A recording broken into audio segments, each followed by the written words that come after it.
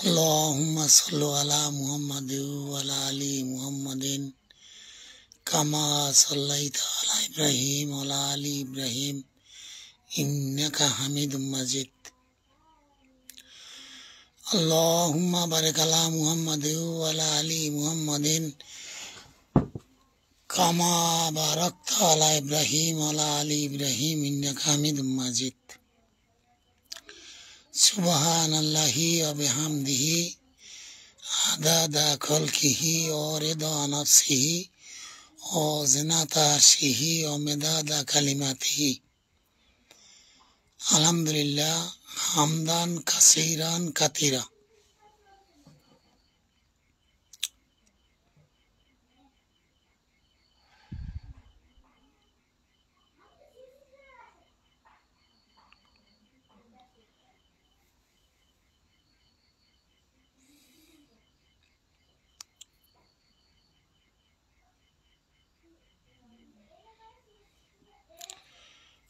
আমর ইবনে আস রাদিয়াল্লাহু আনহু সেনাপতি জেরুজালেম আক্রমণ করলেন। জেরুজালেম মুসলমানের হাতে কয়েকবারই আসে, আবার কয়েকবারই হাতছাড়া হয়। আমিরে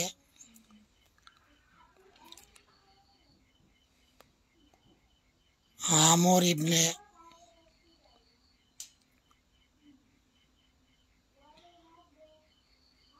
আস রাদিয়াল্লাহু আনহু সেনাপতি হইয়া যুদ্ধ আরম্ভ করলেন। জিহাদ শুরু হইল। বেশ কয়েকদিন জিহাদের দামামা বাজতে শুরু করলো। কোনো অবস্থাতেই মুসলমানদেরকে খ্রিস্টানরা পরাজিত করতে পারেন না। তখন তাদের ভিতরে খ্রিস্টানদের ফাদার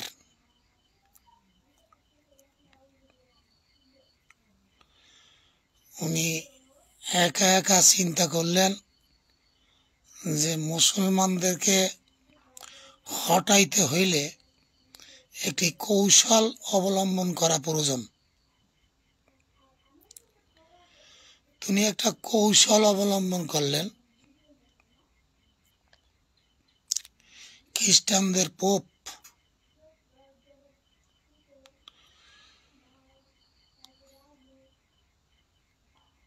জেরুজালেমের চৌমাথায়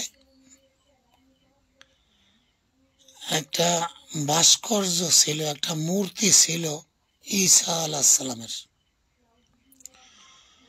উনি গভীর রাত্রে ওই খ্রিস্টানের পোপ যিনি ফাদার, উনি ওই ভাস্কর্যের নাক ভেঙে ফেলাইলেন।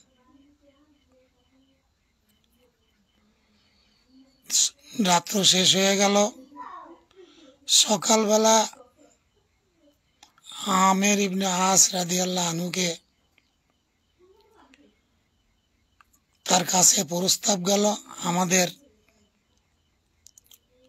নবী যার ভাস্কর্য, যাকে আমরা শ্রদ্ধা ভক্তি করি, তোমার সেনাবাহিনীদের মধ্যে কাহারা আমাদের নবীকে অপমান করার জন্য তার নাক ভেঙে দিছে।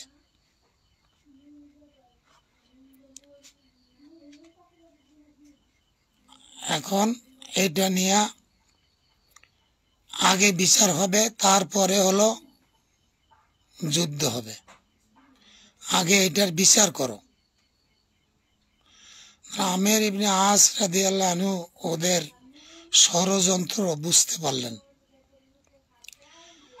মুসলমান সেনাবাহিনীর মধ্যে এই ধরনের কাজ করার মতো কেউ নাই, প্রশ্নই আসে না।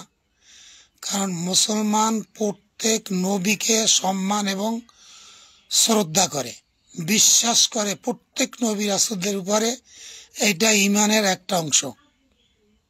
7টা বিষয়ের মধ্যে ঈমানের একটা অংশ হইল সমস্ত নবী রাসূলদের উপরে বিশ্বাস স্থাপন করা।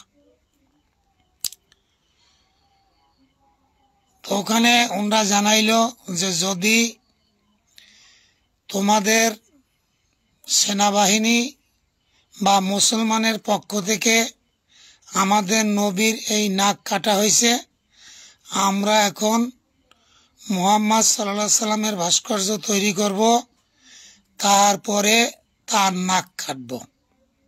নাউজুবিল্লাহ। আমের ইবনে আস রাদিয়াল্লাহু আনহু বললেন যে আমাদের নবীর ভাস্কর্য তৈরি করার প্রশ্নই আসে না, আর ভাস্কর্যের নাক কাটার দরকার নাই। আমি যেহেতু সেনাপ্রধান, আমি ওই চৌমাথায় দাঁড়াইব, তোমরা যদি চাও তাহলে আমার নাক কাইটে নিতে পারো। এই সিদ্ধান্তই হইল। আমের ইবনে আস রাদিয়াল্লাহু আনহু চৌমাথায় গিয়া দাঁড়াইলেন এবং জল্লাদকে হুকুম করা হইল যে আমের ইবনে আস রাদিয়াল্লাহু আনহুর নাক কাইটে নিয়ে আসবে। তিনি সার্বিক প্রস্তুতি নিয়ে আগাইতে আছেন। আমের ইবনে আস রাদিয়াল্লাহু আনহু কান্না কাটতেছেন। তো সাথীরা বলতেছিলেন যে নাক কাটবে এই জন্য তুমি কাঁদতেছ। আমের ইবনে আস রাদিয়াল্লাহু আনহু বলতেছেন যে আমি ওই জন্য কান্দি না, আমার কান্নার কারণ হইল যে আমার ভাইরা অনেকেই হুজুর সাল্লাল্লাহু আলাইহি সাল্লামের মহব্বতে জিহাদের মাঠে গরদান দিয়ে দিছে। কিয়ামতের মাঠে তারা যখন দাঁড়াইবে আর আমি যদি শুধু একটা নাক কাটা এটা নিয়ে দাঁড়াই, তাহলে আমার তখন লজ্জা হবে। নাক না কাইটা আমার যদি আজকে গরদান কাটা হইতো, তাহলে আমার সবচেয়ে সুন্দর হইতো এবং কিয়ামতের মাঠে আমি আমার যেই ভাইরা জিহাদের মাঠে গরদান দিছে আমি তাদের সাথে সামিল হইতে পারতাম। আমি এই জন্য কাঁদতেছি।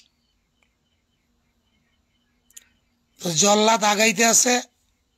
কাছাকাছি যাওয়ার সাথে সাথে ষড়যন্ত্রকারী যেই পোপ, খ্রিস্টানের ফাদার,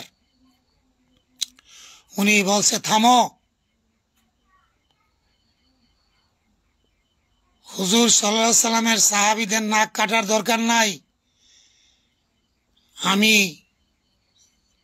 তাদের নবীর উপরে তাদের যে মহব্বত, এটা দেখে আমি মুগ্ধ হয়ে গেছি। এই নাক ওনরা কেউ ভাঙে নাই। এই নাক আমি, তোমাদের পোপ, আমি নিজেই এই ওনাদের নবীর উপরে তোষামত দেওয়ার জন্য, তাকে অপমান অসম্মান করার জন্য আমি নিজে আমাদের নবীর এই নাক, ভাস্কর্যের নাক ভাঙছি। এখন যদি তোমাদের নাক কাটতেই হয় তাহলে আমি দাঁড়াই, আমার নাক কাটো। এবং তার আগে আমের ইবনে আস রাদিয়াল্লাহু আনহুকে বললেন, হযরত আপনি আমাকে কলেমা পড়াইয়া মুসলমান বানাইয়া নেন। আল্লাহু আকবার কাবীরা। তো তিনি কলেমা পড়ে মুসলমান হয়ে গেলেন।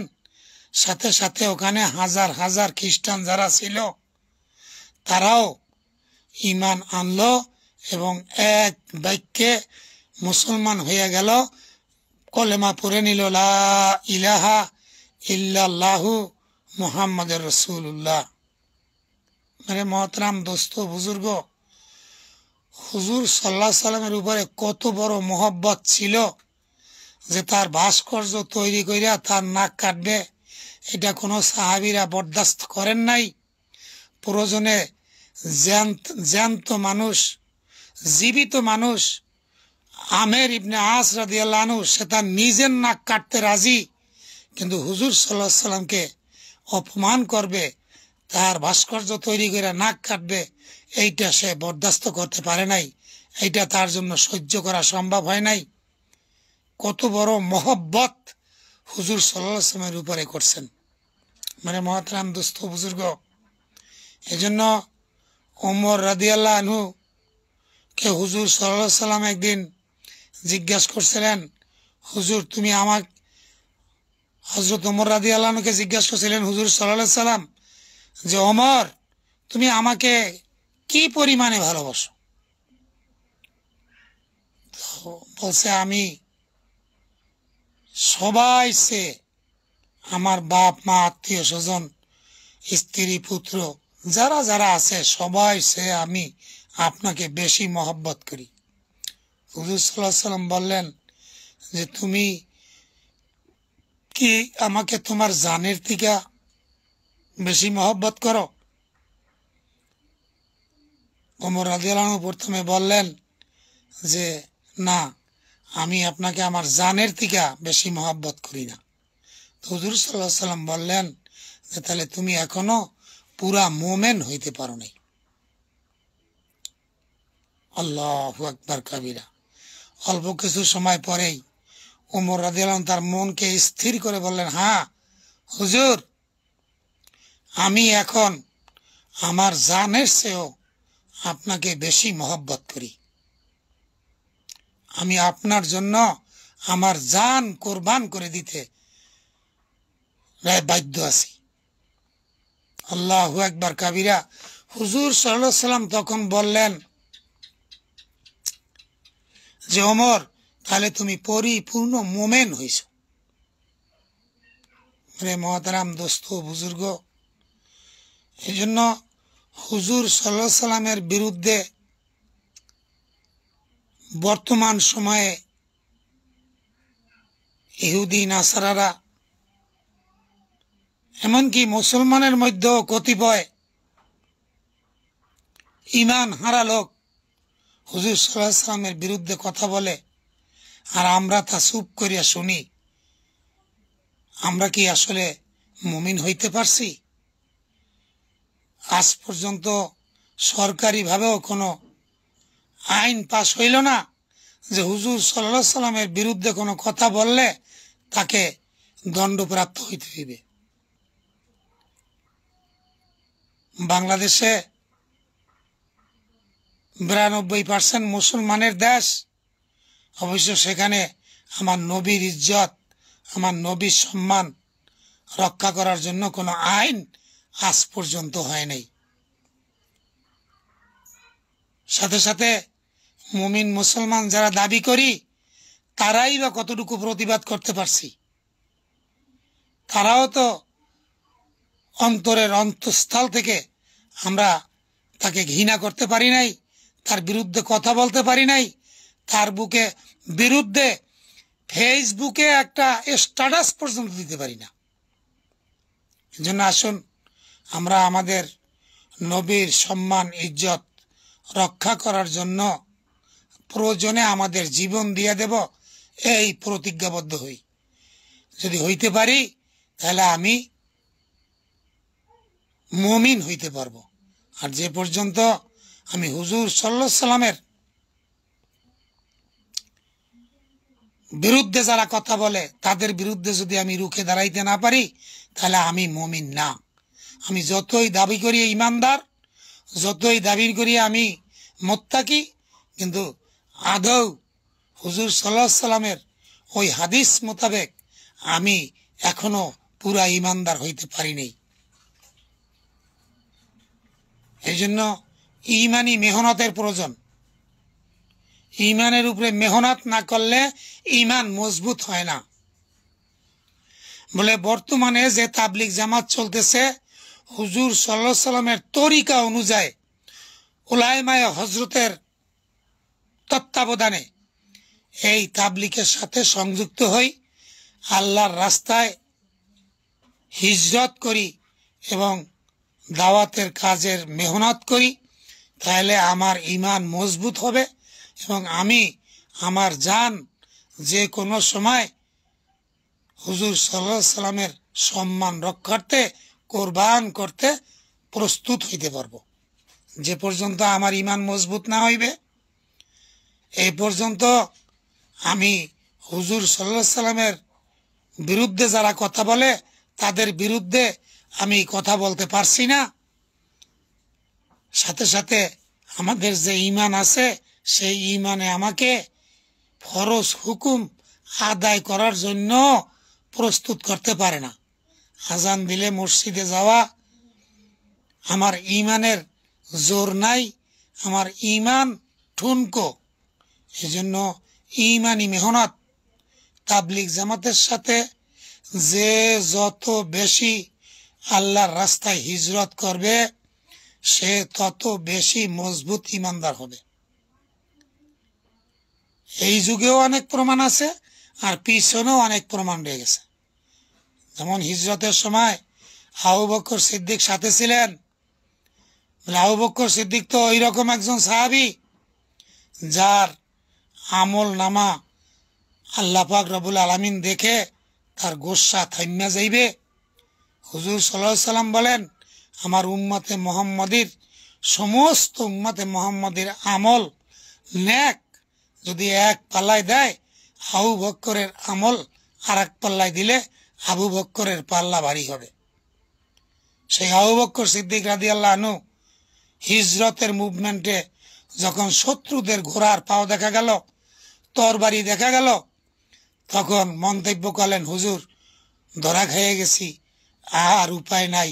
ওই দেখেন শত্রুদের তরবারি দেখা যায়, শত্রুদের ঘোড়ার পাও দেখা যায়। আল্লাহর হাবিব সাল্লাল্লাহু আলাইহি সাল্লাম বললেন, আবু বকর ভয় পেও না, তুমি আর আমি এই দুইজনে এখানেই না, আমাদের এখানে আমাদের সাথে আল্লাহ আছে। আল্লাহু আকবার কাবীরা। তো আবু বকর সিদ্দিক এই কথা শুনলেন এবং দেখলেন অল্প সময়ের ভিতরে নানান কথা বলল এবং নানান স্মৃতি ওখানে দেখে, যেমন রাওয়াতে আসছে কবুতরে ডিম পাইরা দিতেছিল গর্তের মুখে, মাকড়সায় জাল বাঁধছিল, এই সমস্ত নমুনা দেখা যারা বিরোধী শত্রুপক্ষ, যাদের পাও দেখা গেছে, যাদের ঘোড়ার পাও দেখা গেছে, যাদের তরবারি দেখা গেছে, তারা ওখান থেকে চলে গেল। এতে করে কি হলো, আবু বকর সিদ্দিকের ঈমান যতটুকু দুর্বল ছিল তা আরো মজবুত হইল, যে রাখে আল্লাহ মারে কে, আল্লাহ যেহেতু সাথে আছে, কাজেই কোনো শত্রু যতই কাছে আসুক তারা আমাদেরকে আল্লাহ হেফাজত করলে আমাদের কোনো ক্ষতি তারা করতে পারবে না। আল্লাহু আকবার কাবীরা। মানে মহতরাম দোস্ত বুজুর্গ, এই জন্য আমরা আল্লাহর রাস্তায় বেশি বেশি হিজরত করি। একবার চিন্তা করে দেখেন তো, এমন কোন সাহাবী আপনি পাইবেন না যে এই সাহাবী আল্লাহর রাস্তায় হিজরত করে নাই, আল্লাহর রাস্তায় জিহাদ করে নাই, আল্লাহর রাস্তায় দাওয়াতের কাজ করে নাই। প্রত্যেক সাহাবী আল্লাহর রাস্তায় হিজরত করছে, দাওয়াতের কাজ করছে। অধিকাংশ সাহাবী জিহাদের মাঠে যুদ্ধ করছে।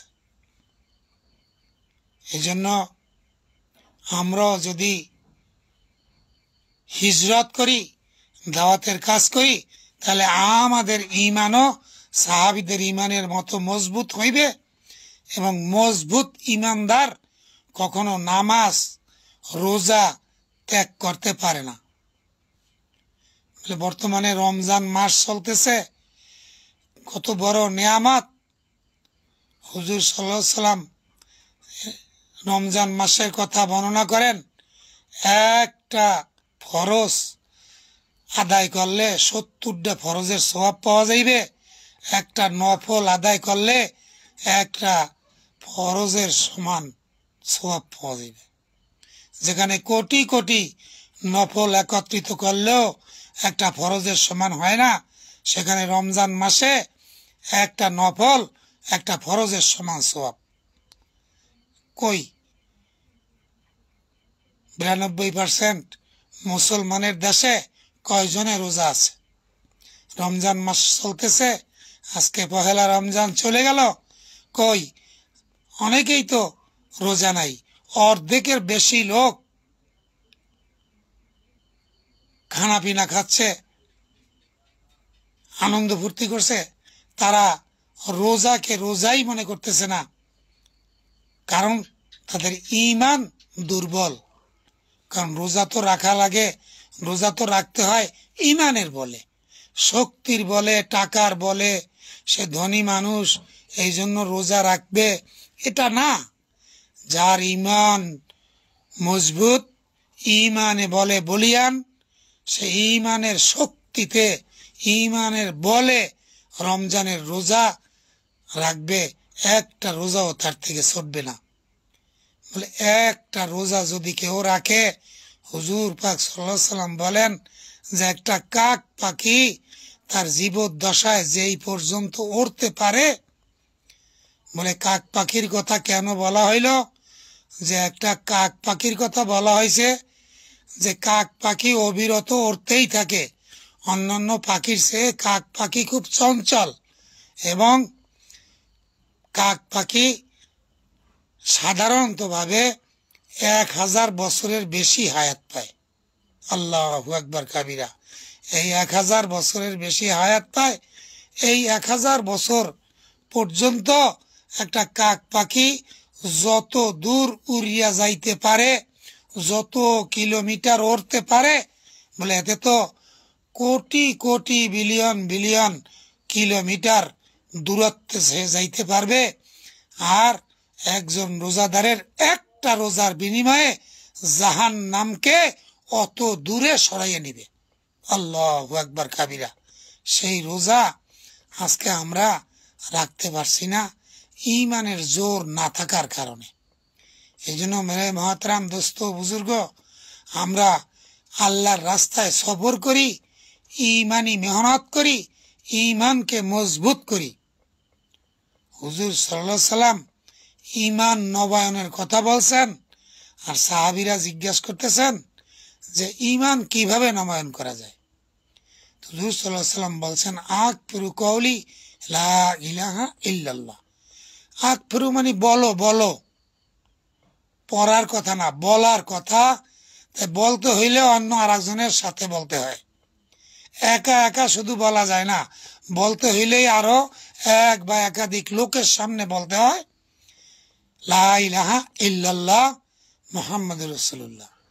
হুজুর সাল্লাল্লাহু আলাইহি সাল্লাম লা ইলাহা ইল্লাল্লাহ মুহাম্মাদুর রাসূলুল্লাহর এই যে দাওয়াতরা, এইটা বেশি বেশি বলতে বলছে, অর্থাৎ দাওয়াতের কথা বলছে, তাহলে ঈমান নবায়ন হবে। এই জন্য আমরা যে যত বেশি দাওয়াতের কাজ করব, তার ঈমান তত বেশি নবায়ন হবে, ঈমান তত মজবুত হবে, আমার দ্বারা কোনো ফরজ হুকুম ছুটবে না। ইমাম জাওজিয়া রহমাতুল্লাহি আলাইহি বলেন, ফরজ হুকুমের মধ্যে যে সময়গুলি আমাদের কাটে, ফরজ নামাজ এবং রমজান মাসের ফরজ রোজা, এর 1 সেকেন্ডের দাম রোজার আল্লাহর হুকুমের বাইরা যে সময় এর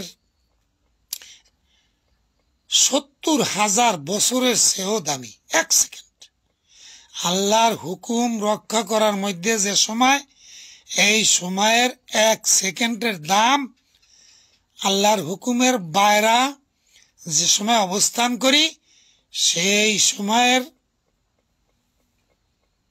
70,000 বছরের চেয়েও 1 সেকেন্ডের দাম বেশি। আল্লাহু আকবার কাবিরা। মানে মহাতারাম দোস্ত বুজুর্গ, কল্পনাই করা যায় না। কারণ আল্লাহ পাক রব্বুল আলামিন রমজানের রোজা ফরজ করছেন, এই ফরজ রোজা কোনো ঈমানদারের জন্য করছেন। তাহলে ঈমানদারের জন্য রোজা ফরজ করছেন, যারা রোজা রাখে না তারা ঈমানের দাবি করলেই কি ঈমানদার? কখনো হইতে পারে না, কারণ যারা রোজা রাখে না তারা ইমানদার হইতে পারে না। ইমানদার যে, তার জন্য তো রোজা ফরজ করা হয়েছে, সে তো ইমানদার হইলে সে তো ফরজ রোজা বাদ দিতে পারতো না।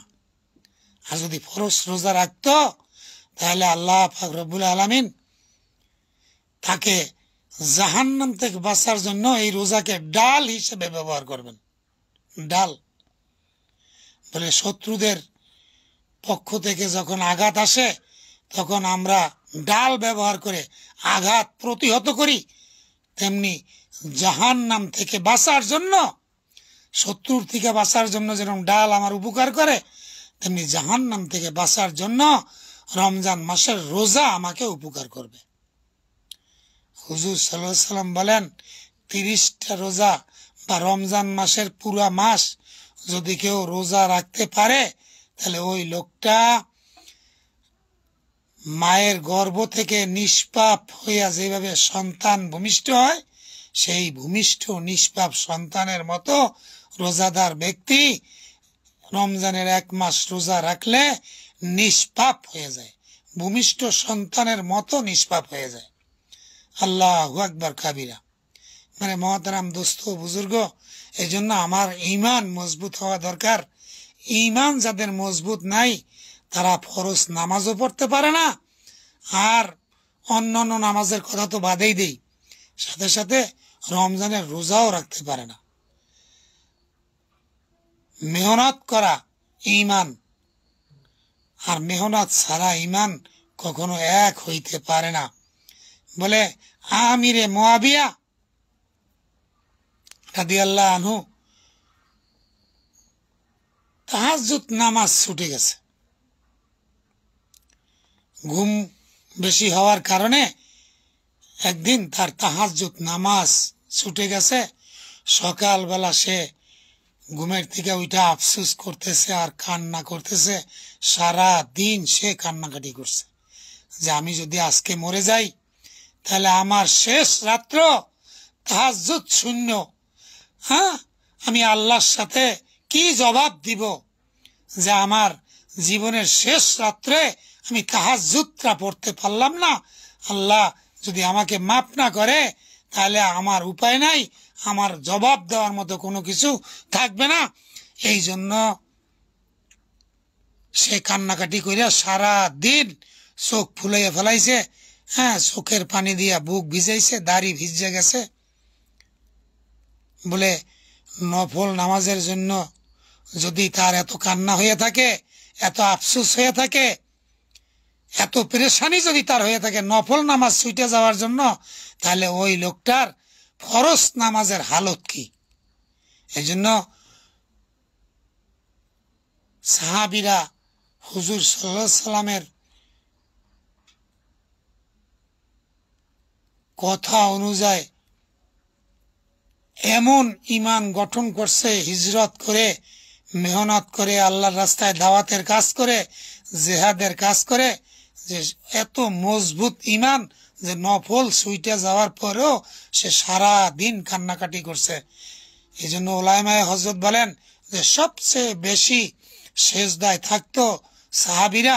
এই জন্য আল্লাহ পাক রব্বুল আলামিন কোরআন শরীফে সাহাবীদের ব্যাপারে বলছে রাদিয়াল্লাহু আনহুম ওয়া রাদওয়ান, মানে তারাও আমার উপরে রাজি আর আমিও তাদের উপরে রাজি ও খুশি।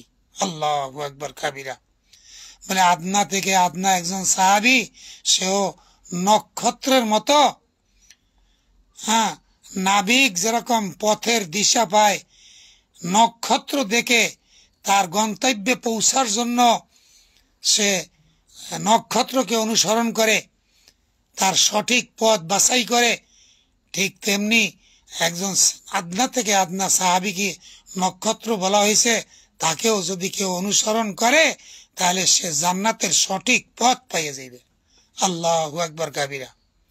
বলে আমিরে মুআবিয়া সারা দিন কান্নাকাটি করার পর রাত্রে এশারের নামাজের পরে যখন শুইছেন, ঘুমাইয়া গেছেন, শেষ রাইতে কে যেন তারকে ডাকতেছে, হ্যাঁ ভাই ওঠেন। ওঠেন না কেন? আপনি নামাজ পড়বেন না? আপনার তাহাজ্জুদের নামাজের সময় তো শেষ হয়ে যাইতেছে, তাড়াতাড়ি ওঠেন। তো আমিরে মুয়াবিয়া রাদিয়াল্লাহু আনহু ঘুম থেকে জাগিয়া দেখেন কোনোদিনই ওই লোকটাকে তিনি দেখেন নাই, চেনেন না। আর ঘরের ভিতরে সে লোকটা কিভাবে ঢুকলো। তো বললেন, ভাই তুমি কে? তুমি আমাকে নামাজের জন্য ডাকতে আসো? তো সে বলতেছে যে আমি ইবলিস, আমি ইবলিস শয়তান। বলে, তুই ইবলিস শয়তান? ইবলিস শয়তানের কাজ তো মানুষকে ঘুম পাড়াইয়া নামাজ কায়জা করবে, নামাজ পড়তে না পারে এইরকম ব্যবস্থা করবে, আর তুমি আমাকে জাগাইতে আসো, এটা কি কারণ? বলে, ভাই গতকালকেও আমি তোমাকে ঘুম পাড়াইয়া রাখছিলাম অনেক চেষ্টা তদবির কইরা, কিন্তু তাতে তুমি সারা দিন কান্নাকাটি করিয়া এমন একটা পর্যায়ে পড়ছো যে 1000 বছর তাহাজ্জুদের নামাজ পড়লে যেই সওয়াব পাবা, সেই সওয়াব তোমাকে একদিনের কান্নাকাটির বিনিময়ে আল্লাহ দিয়ে দিছে। আল্লাহু আকবার কাবিরা। আবার আজকেও যদি তোমার নামাজ আমি কায়জা করতে যাই, তাহাজ্জুদের সময় নষ্ট করিয়া দিয়ে দিতে যাই, কালকে আবার কান্নাকাটি করিয়া আবারও তো তুমি 1000 বছরের নফল ইবাদতের সওয়াব নিয়ে যাবা, তাহাজ্জুদের সওয়াব নিয়ে যাবা। এতে তো আমার লোসখান হয়ে যায়, আমি লোসখান দিতে রাজি না। তার চেয়ে তুমি ওঠো, তুমি উঠা তাহাজ্জুদের নামাজ আদায় করো। আল্লাহু আকবার কাবিরা।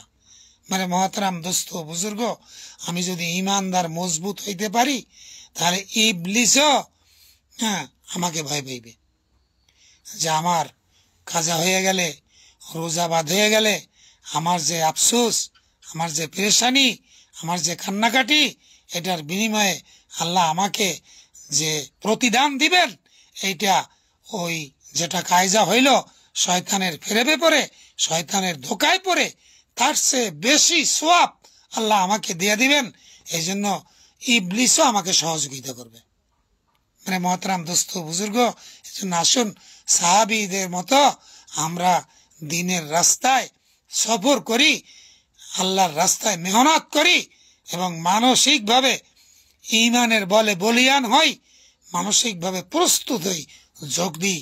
যদি কখনো জিহাদের মাঠে ডাক হয়, আমরা লাব্বাইক বলবো, আমরা অংশগ্রহণ করব। এজন্য আমাকে ঈমানের মজবুতি থাকতে হবে। ঈমানের যদি দুর্বলতা থাকে, তাহলে সে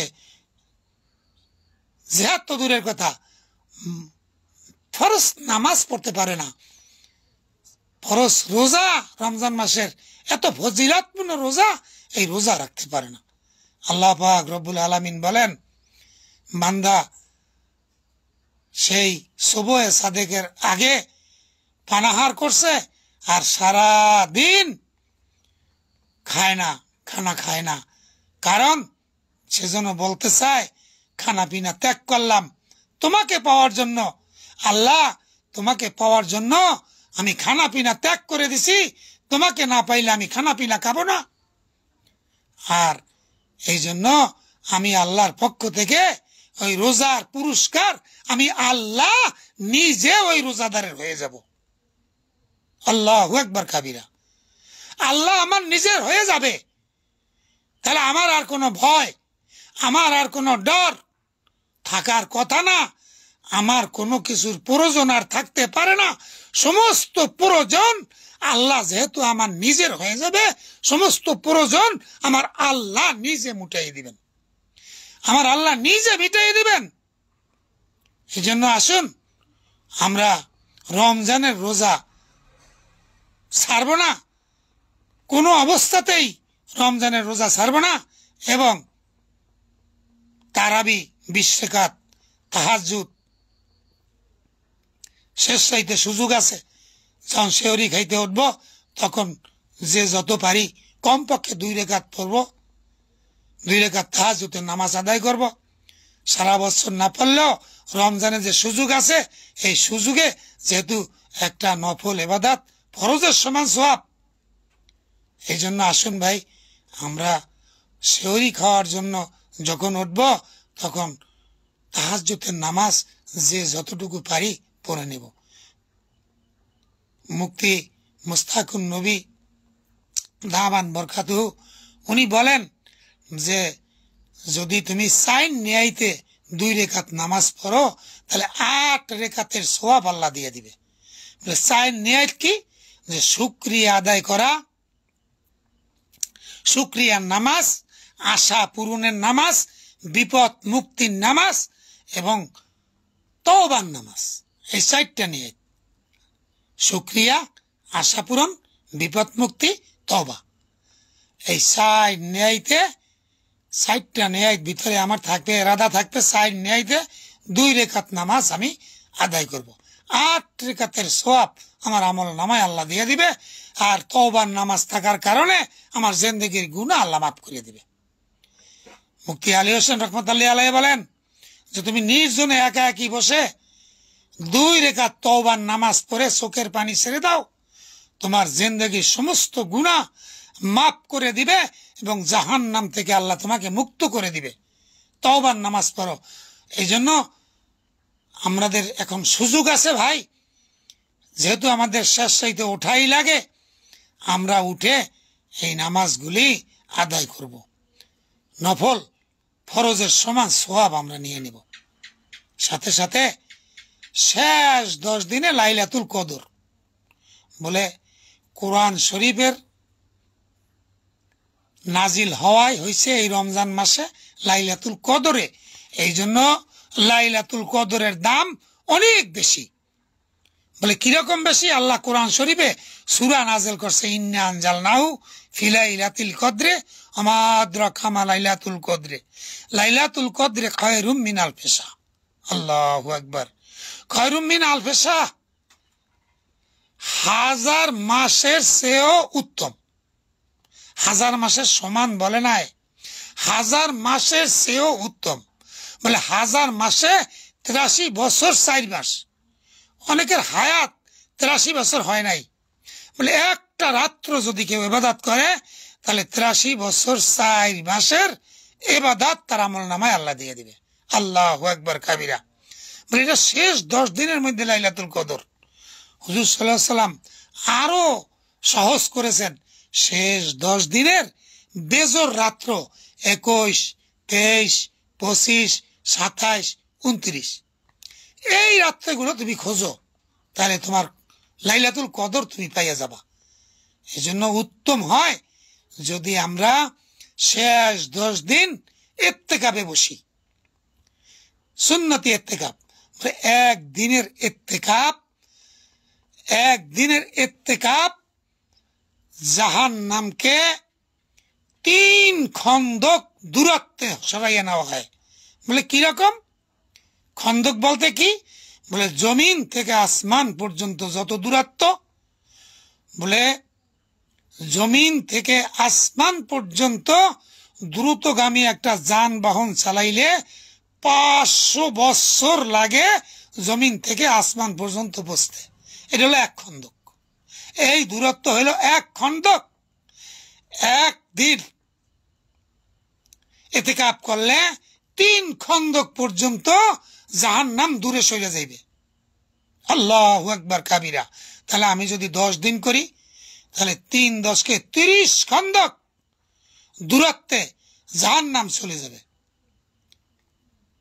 সাথে সাথে আমি যদি 10 দিনে ইতিকাফে থাকি, তাহলে আমার ভাগ্যে ওই 83 বছর 4 মাস অর্থাৎ লাইলাতুল কদর, এইটাও আমার ভাগ্যে জুটে যাবে। আল্লাহু আকবার। মানে মহতরাম দোস্ত বুজুর্গ, বিশাল বড় নেয়ামত রমজানের রোজা, বিশাল বড় নেয়ামত মুমিন মুসলমানের জন্য, ঈমানদারের জন্য বিশাল বড় নেয়ামত পুরা রমজান মাস। দুর্ভাগ্য আমরা এই নেয়ামত পাইয়াও নেয়ামতের শুকরিয়া আদায় করতে পারলাম না, এই নেয়ামত আমার আমল নামায় লেখাইতে পারলাম না। হুজুর সাল্লাল্লাহু আলাইহি সাল্লাম বলেন, জিবরিল আমিন আমাকে বলেছে, রমজানের রোজার 1 মাস যদি কেউ পায়, একটা রমজানও যদি কেউ জীবদ্দশায় পায়, আর রমজান মাসে সে ইবাদত বন্দি করে যদি জান্নাত আল্লাহর কাছ থেকে নিতে না পারে, তাহলে আল্লাহর পক্ষ থেকে তার উপরে অভিশাপ। হুজুর সাল্লাল্লাহু আলাইহি সাল্লাম বলেন, একথা শুনে আমি আমিন বলছি। আল্লাহু আকবার কাবীরা। বলে আল্লাহর পক্ষ থেকে অভিশাপ, জিবরিল আমিন যতটুকু বলছে এইটাই যথেষ্ট ছিল, জাহান্নামী হওয়ার জন্য এইটাই যথেষ্ট ছিল। কিন্তু তার সাথে আমি আবার আমিন সংযুক্ত করছি। আল্লাহু আকবার কাবীরা।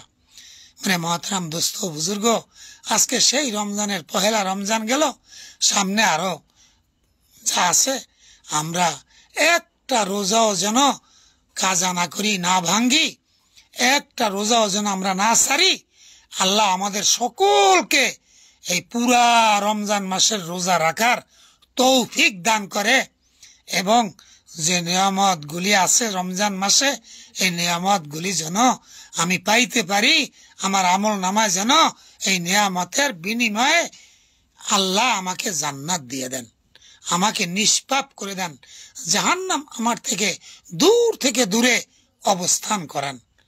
হুজুর সাল্লাল্লাহু আলাইহি সাল্লাম বলেন যে রোজাদার ব্যক্তিকে যদি রোজা কেউ রমজানের পুরাটা রাখে, তার পক্ষে জাহান্নামে যাওয়াই সম্ভব না, এবং সেই লোকটা বেগুনাহ মাসুম হয়ে যাইবে।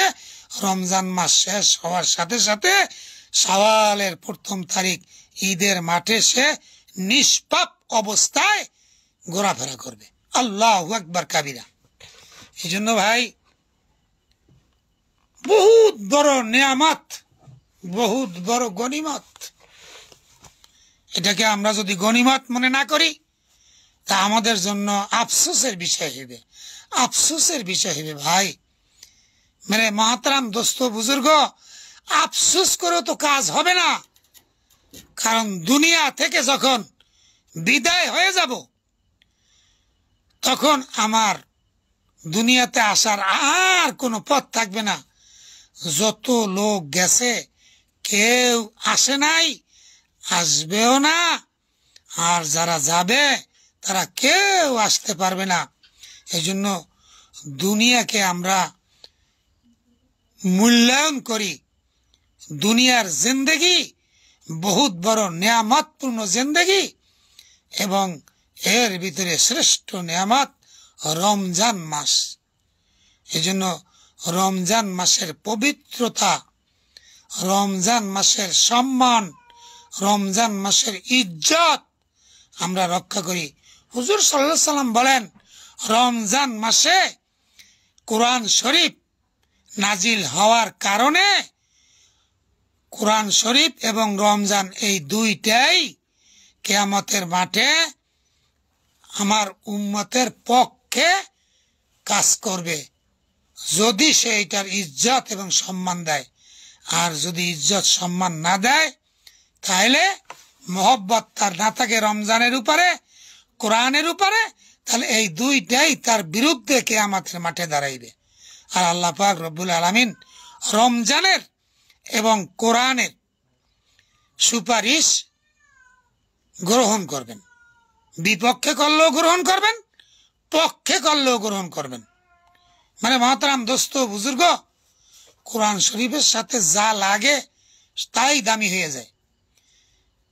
হ্যাঁ, মার্কিন কাপড়, সেটা দিয়ে একটা গেলাপ বানায়, সেই মার্কিন কাপড়টাও দামি হয়ে যায়। বলে একটা শিমিল গাছের কাঠ দিয়া রেহাল বানায়, কোরআন শরীফ রাইখা পরে, এই কোরআন শরীফ রাখার কারণে রেহালটাও দামি হয়ে যায়। যদি ভুল ক্রমে রেহালের উপরে পা লাগে, তাহলে বুকে মুখে ছোঁয়ায়, আফসুস করে। অবশ্য যেটা কোরআনের সাথে লাগে নাই, এটা আমরা কত পারাই, কত লাইতাই, আর কোরআনের সাথে লাগানোর কারণে আমরা তাকে চুমা দেই। এই জন্য হাফেজে কোরআন বড় দামি।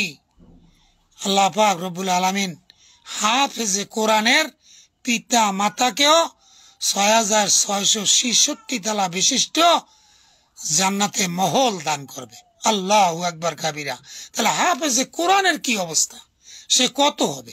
বলে সে তো কমপক্ষে 10 জন জাহান্নামী যারা নির্ধারিত হয়ে গেছে জাহান্নামে যাওয়ার জন্য তাদেরকেও সে সুপারিশ করে জান্নাতে নিতে পারবে। এজন্য আসুন আমরা আমাদের ছেলের সন্তান, আত্মীয় স্বজন, পাড়া প্রতিবেশী সকলকে পরামর্শ দেই মাদ্রাসায় গিয়া যাতে হাফেজে কোরআন হয়, মাওলানা হয়। বলে একজন মাওলানার দাম তো আল্লাহর কাছে আরো বেশি। বলে একজন মাওলানা মারা গেল তো পুরা আলম মারা গেল। হুজুর সাল্লাল্লাহু আলাইহি সাল্লাম বলেন যে কিয়ামতের মাঠে আল্লাহ যাকে সুপারিশ করার হুকুম দিবেন, তৌফিক দিবেন, সেই শুধু সুপারিশ করতে পারবে। আর এই সুপারিশ করার তৌফিক দিবে হাফেজের কোরআনকে 10 জনের, আর আলেমকে দিবে 70 জনের। হুজুর সাল্লাল্লাহু আলাইহি সাল্লাম বলেন যে একজন আলেম 70 জনের সুপারিশ করার পাওয়ার পাইয়া সে জাহান্নামের কাতারের মধ্যে ঢুকছে। এখন আলেমকে তো অনেকেই কয় ভাই চিনি, আমি আপনার শ্বশুর বাড়ির লোক, আমি আপনার এলাকার লোক, আপনি ওয়াজ নসিহত করতেন, আপনি অমুক মাদ্রাসায় শিক্ষকতা করতেন, আমি কিন্তু আপনাকে আমার রিক্সায় নিছি, ভাড়া নেই নাই, আমি কিন্তু আপনাকে উজুর পানি আগাই দিছি, আমি কিন্তু আপনাকে একটা পান খাওয়াইছি, আমি কিন্তু 1 গ্লাস ঠান্ডা পানি খাওয়াইছি। এইভাবে শতে শতে লোক দাঁড়াইয়ে যাইবে। তো দেখা যাবে যে 70 জন বাইসা লওয়ার পরেও আরো লোকজন যা বাজছে সবাইকে সে বলবে ঠিক আছে আল্লাহ ভরসা আয়। তো সবাইকে নিয়ে আসার পর আল্লাহর সামনে যখন দাঁড়াইবে তখন দেখবে তার পিছনে কাতার হইল 70,000-এর কাতার। আল্লাহু আকবার কাবিরা। বলে 70 জনের টিকিট পাইয়া সে 70,000 লোক নিয়ে আসছে। আল্লাহ হাবিব সাল্লাল্লাহু আলাইহি সাল্লাম বলেন যে আল্লাহ পাক রব্বুল আলামিন জিজ্ঞাসা করবে আলেমকে, আনতে কইছিলাম কয়জন? বলে আল্লাহ আনতে কইছিলাম 70 জন। কারে থুইয়ামু? এরা সবাই আমার উপকার করছে, সবাই আমাকে চেনে, আমি কারে থুইয়া আইতে পারি? আমার আনার কাম আমি আনছি। এখন তোমার খুশি, তুমি যদি এদেরকে বাঁচাইতে পারো, না বাঁচাইলে আমার আর কি করার, হেলে এই 70 জন দাও, আমি নিয়ে যাই। আল্লাহ পাক রব্বুল আলামিন বলবেন, এই আলেম, তোকে দুনিয়ার ভিতরে সম্মানিত করছিলাম, ইজ্জত আলা করছিলাম, তোর স্টেজে যখন উঠতি নারায়ে তাকবীর দিয়ে উঠাইতো, তোরে আমি অপমান করবো না, যা এই 70,000 সহ আমি তোকে জান্নাত দিয়ে দিলাম। আল্লাহু আকবার কাবিরা। মানে মহতারাম দোস্ত বুজুর্গ, এই জন্য আমরা আলেম ওলামাদের সাথে সম্পর্ক রাখি। হুজুর সাল্লাল্লাহু আলাইহি সাল্লাম বলেন, হয় তুমি নিজে আলেম হও, না হয় তুমি আলেমের বাবা হও, আর না হয় তুমি আলেমকে মহব্বত করো, তাও যদি না হয় তুমি আলেমের পরামর্শ নিয়ে জীবন অতিবাহিত করো, পঞ্চম পর্যায়ে যাইও না। এই জন্য মানে মহতারাম দোস্ত বুজুর্গ, কঠিন হাসরের মাঠে আমি যদি পার পাইতে চাই, আমি যদি সাহায্য সহযোগিতা সুপারিশ পাইতে চাই, তাহলে আমার এলাকায় আমার আত্মীয় স্বজন, পাড়া প্রতিবেশী সকলকে আমি দাওয়াতের কাজ করি, পরামর্শ দেই। ছোট ছোট বাচ্চা যারা আছে তাদেরকে মাদ্রাসায় দেব, তারা নুরানি পড়বে, কোরআনে হাফেজ হবে, মাওলানা হবে, এক সময় আমাকে কঠিন হাসরের মাঠে সে উপকার করবে। এই জন্য আসুন আমরা দাওয়াতের কাজের সাথে সংযুক্ত হই, উলামায়ে হযরতের সাথে হুজুর সাল্লাল্লাহু আলাইহি সাল্লামের তরিকা মোতাবেক যে তাবলিগ জামাত চলে, এই তাবলিগ জামাতের সাথে সংযুক্ত হই, আল্লাহর রাস্তায় হিজরত করি, আল্লাহর রাস্তায় মেহনত করি, দাওয়াতের কাজে সামিল হই। কমপক্ষে 3 চিল্লা না দিয়া আল্লাহ যেন আমাদেরকে কবরে না নেন, এই জন্য আল্লাহর কাছে নিয়ত করি, দোয়া করি এবং চেষ্টা করি বাইর করবেন আল্লাহ। যে কথাগুলো বললাম আমি সহ যারা শুনছে এবং যারা শুনবে সকলকে আল্লাহ আমল করার তৌফিক দান করে। এজন্য ভাই শেয়ার করে দেই। শেয়ার করলে যদি কেউ আমল করে তাহলে আমার শেয়ারের কারণে আমি ওই আমলের একটা অংশ আমার আমল নামায় আসবে। আল্লাহ আমাদের সকলকে আমল করার তৌফিক দান করে। আমিন সুম্মা আমিন। সুবহান আল্লাহি ওয়া বিহামদিহি সুবহানাকা আল্লাহুম্মা বিহামদিকা আশহাদু আল্লা ইলাহা ইল্লা আনতা আস্তাগফিরুকা ওয়া আতুবু ইলাইক।